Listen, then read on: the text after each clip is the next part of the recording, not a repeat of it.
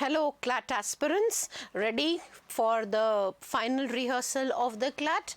Yes, passages should be few and well chosen, just like books. Yes, so if you are doing the passages, you must have a particular strategy of doing the passages. As I have discussed earlier, that we are taking up the editorial passages this time, especially because CLAT has asked us that they're going to give us editorial. Fictional passages also have to be kept at the back of your mind, and when you're doing passages, you have to keep in mind that there are two methods of doing the passages. First method, if you are of a great command over the language and you can easily, come out to understand the gist, the context of the passage, then do read the passage. I would suggest you do read the passage, but in a fast go. And if you are not going for that, then you can directly do the questions for it.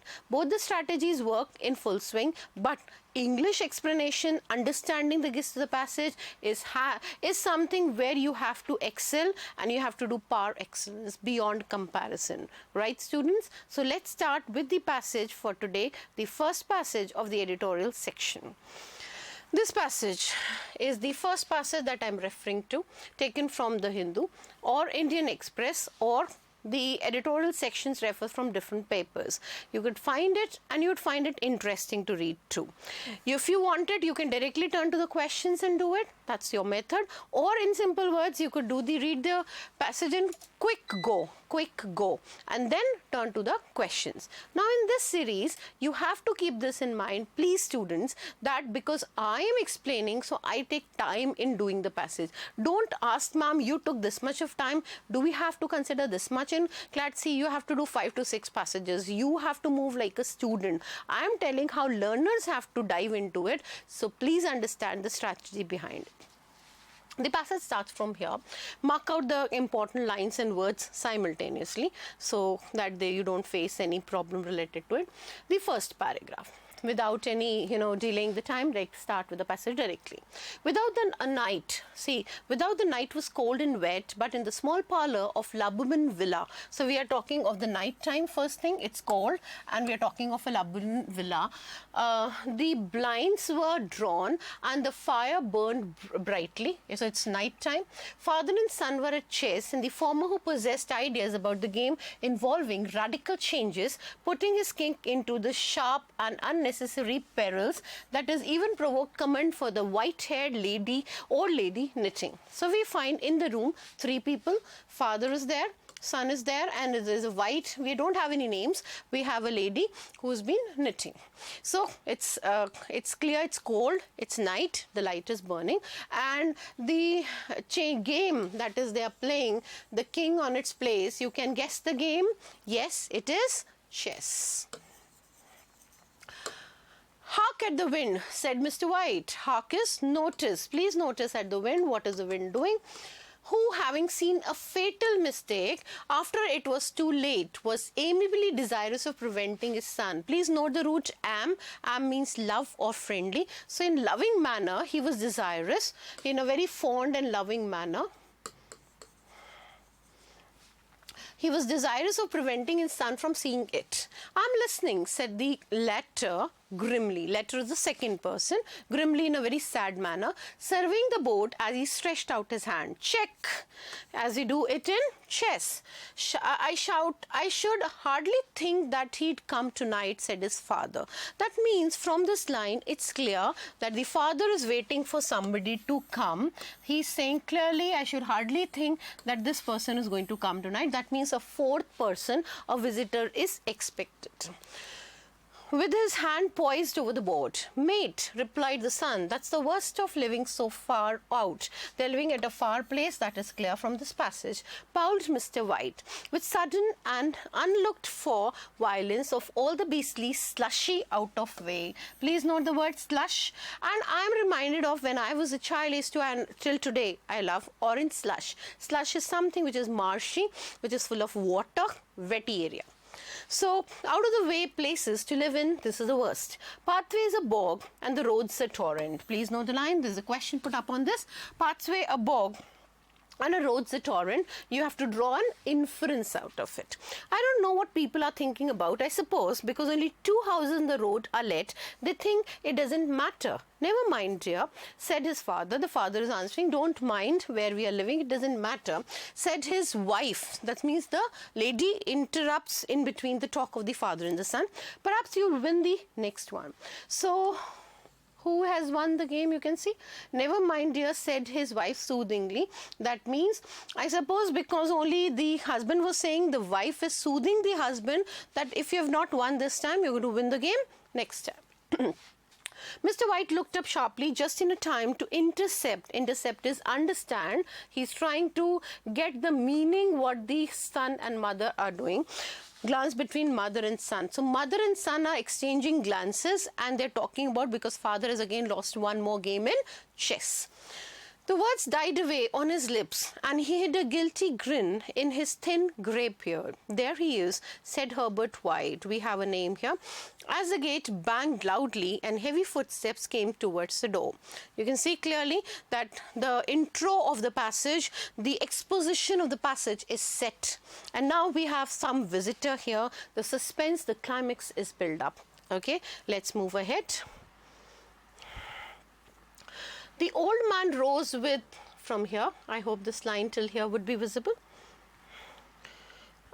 The old man rose with hospitable haste and opening the door was heard condoling. If you don't know the meaning, co-root together with the new arrival. The new arrival also condoled with himself, so that Mr. White said, tut tut, and cuffed gently. Right, as her husband entered the room, followed by a tall, burly man. We have a burly man, we don't have any name. Beady of eye and rubicund of visage. You know visage? Visage refers to the face. Sergeant Major Morris, he said, introducing himself. This is person who has come is who? He's a Sergeant Major Morris. The Sergeant Major shook hands and taking the proffered seat by the fire, washed contentedly while his host got out whiskey and tumblers, they're ready for the drink, and stood a small copper kettle on the fire. Right? I hope the passage is crystal clear. Let's turn to the questions. This is taken from Monkey's Paw by W.W. Jacob, a fiction writing. Right? Let's move on further to the questions. First question, which of the following is closest, which of the following, this was published in one of the papers, which of the following is closest in meaning to the word without as used in the first sentence of the passage. Now turning to the first sentence of the passage, without the night. That means we have here the night, without the night outside being cold. That means you're talking of the night here. So what was the night we are talking of here? That means outside. And so we take our answer very carefully. Yes, this is outside. Outside the night. You can even frame the sentence and speak outside the night. This happened. What does the expression pathways a bog and roads a torrent refer to? We referred and we did mark the line. It was very slushy kind of a thing. So the weather was stormy. The road is not motorable. The surrounding is marshy and muddy. The area around the house is desolate. We know that's a faraway place, right? If this place is desolate, we have no idea and we can't infer. I'm sorry for this. If this is stormy, of course the weather is stormy, but see, the examiner is trying to just confuse you. The weather is stormy, no doubt. It's stormy weather, it's night time, it's very cold. But does this line mean this? It has nothing related with the weather here. So in this case, we'll talk of the surroundings, and the surroundings this line would match, and we take the answer. The surrounding area of the house is marshy and muddy. From the word slush we came to this conclusion. Turning to our third question, what is the phrase with hospitable haste? See, we have an alliteration here. Hospitable haste referred to. Now, when we are talking of hospitable haste, first thing, all of you know the meaning of the word haste. Haste means hurry, right? So, he is doing things quickly. Can't be the answers. Elimination. The trick, delete the answer. Turn to the first two. He got up very quickly. He got up quickly to let in the guest because it is hospitable. That means in this case what we will go for? Yes, he got up quickly because he is hospitable, he is the host, he is going to treat him very properly. Moving to the question 4. Refer to the sentence, Mr. White looked up sharply. He's just looking sharply, just in time to intercept a knowing glance. He's having a glance between the mother and son. What does this sentence mean? Who was winning the game? Father or son? Yes. Father or son? Yes, because wife was saying, don't worry this time, dear. Next time you're going to win. Right? So who was winning? Father or son? Son. Son was winning. So if son was winning the game, in this situation, the wife is trying to console the son. Mrs. White was only trying to placate her husband's loss in the game, right? Herbert White defeated his father in every... This is a problem. You can't infer, not inferred from the passage that he lost in every game or not. I had explained you inferences very clearly. Mrs. White and her son were conniving. Conniving is treaty or any kind of a planning or plotting. Why would a mother plot or a wife plot against the husband?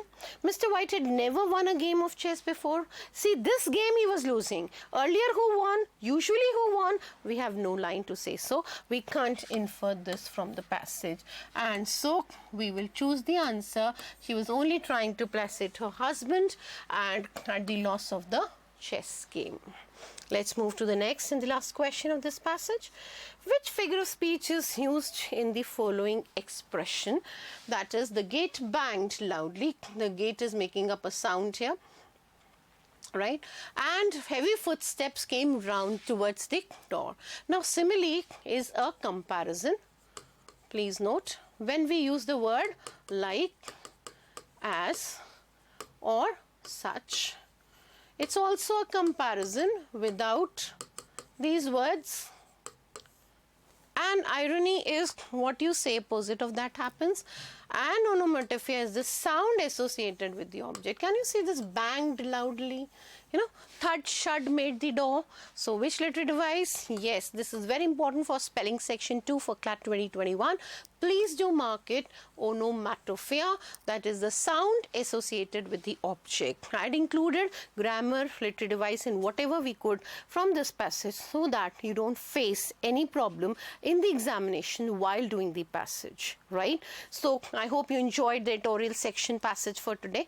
This was one of the best passages, which is a amalgamation of fiction plus the editorial section, the writer's views. Please do send your feedback, do like it, and do please subscribe the channel. Right, students? Thank you for today.